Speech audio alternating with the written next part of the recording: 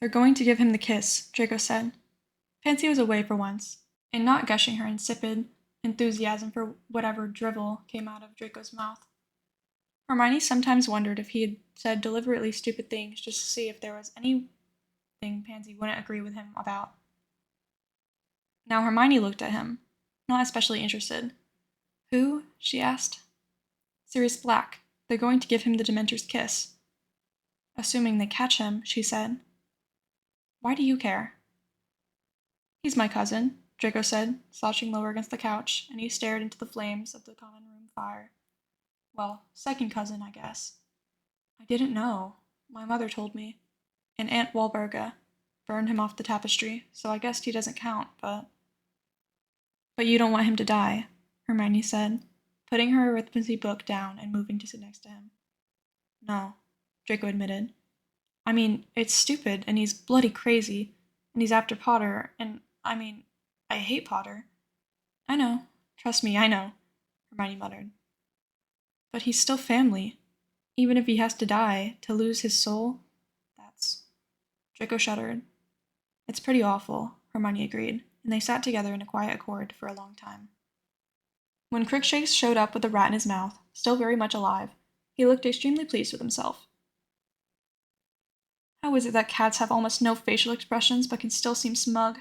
Blaise asked as he gingerly dropped the squirming rat into a cage he'd transfigured out of a box. That's a pretty ugly rat, Draco said, poking at it with one finger. It looks like it might die at any moment. I think it might have mange.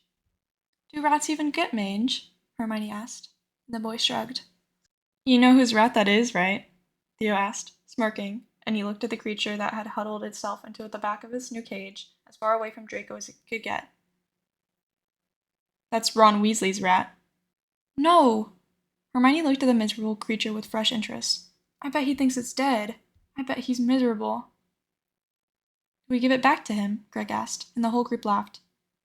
Gentlemen, Draco announced, I think we have a new pet. Welcome to Slytherin, Ratty. Hermione had stopped even trying to get out of Quidditch matches. When she met Blaise at the door, she asked, Where's Greg? And he shrugged. Blaise, she said, drawing his name out. What are you two doing? I'm not doing anything, he said, the picture of wounded innocence. I mean, if you don't want to get to the match with me, just say so. Uh-huh. Hermione narrowed her eyes and looked at him. This doesn't have anything to do with that stupid boy's stupid broomstick, does it?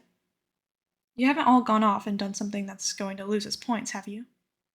Can we just go? Hermione asked, and Theo came up behind them, hand firmly tucked into Daphne's. What's the holdup?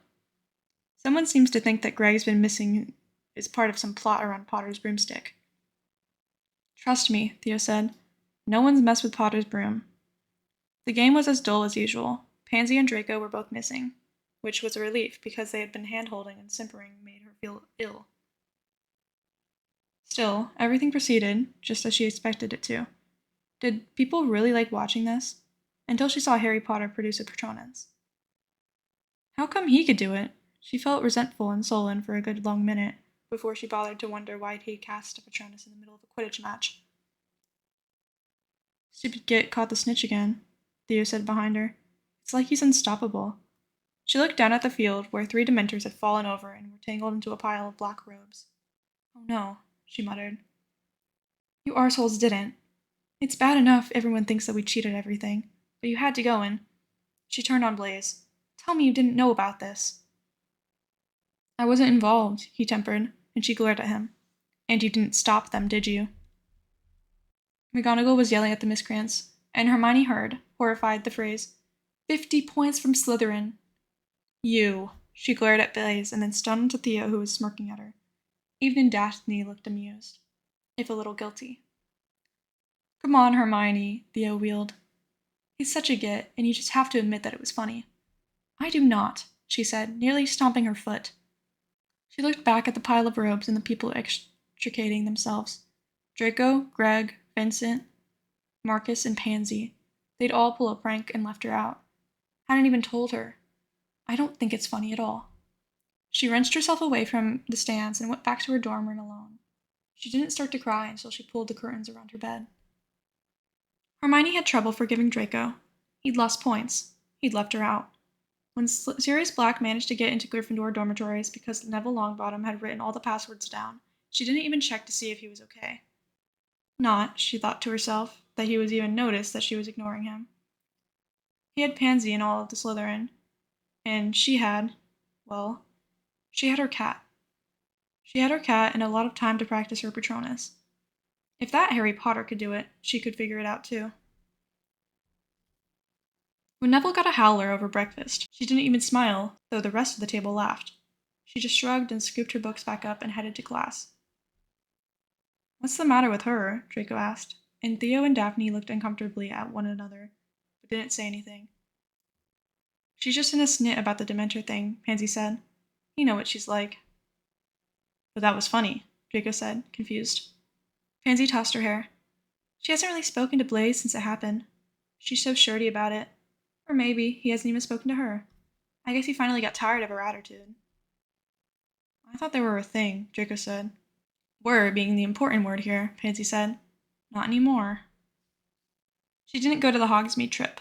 Missed seeing the disembodied head of Harry Potter, who'd clearly gotten an invisibility cloak somehow, throw mud at Draco. She didn't miss Draco gloating about it afterwards. He needled Ron about the hippogriff. Potter, who wasn't even allowed out of the castle, had thrown mud. He told Snape Potter had gone into trouble. It had been nearly a perfect day. She had spent it in the library.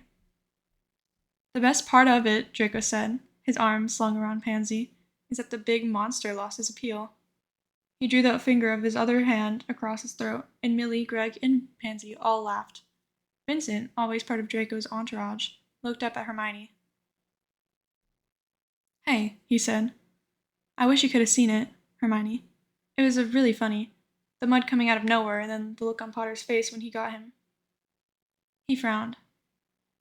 "I missed you. Why didn't you come?"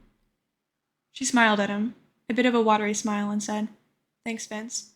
I had a lot of arithmetic work to do." "But Theo came," he said, squinting at her, but then she was already gathering up all of her books and heading back to her dorm. Hermione had researched Sirius Black, Potter's godfather and Draco's second cousin. Draco was so upset about in his weird private way. It was something he'd shared with her, just her, and not Pansy, and she wanted to know more, find some way to make it better for Draco. What she'd found had bothered her. The papers were full of lurid stories of his supposed crimes, but there didn't seem to be any account of an actual trial. Potter's parents had been murdered. That seemed clear and fairly awful. Black had been found weeping at the sight. That he'd confessed seemed less clear. "It's my fault" could mean, "I did it," or it could mean, "I did something that let this happen." She was pretty sure he hadn't had a trial. She was pretty sure that she didn't like the culture that threw a possibly innocent man into prison with Dementors without even giving him a trial. She decided she'd better keep that opinion of wizarding culture to herself. All the boys were cheerfully trying to scare Potter before the next Quidditch match. They cornered him in a hallway. They made fun of his emotional attachment to the doomed hippogriff. He was easy to rile. "Honestly," Hermione muttered one day, watching Draco retreat, laughing from another encounter with Potter. "You can be such an evil little cockroach." "But you love me anyway," Draco grinned at her, and at her sigh, his smile faltered. "Hey, we're friends, right? Friends forever?"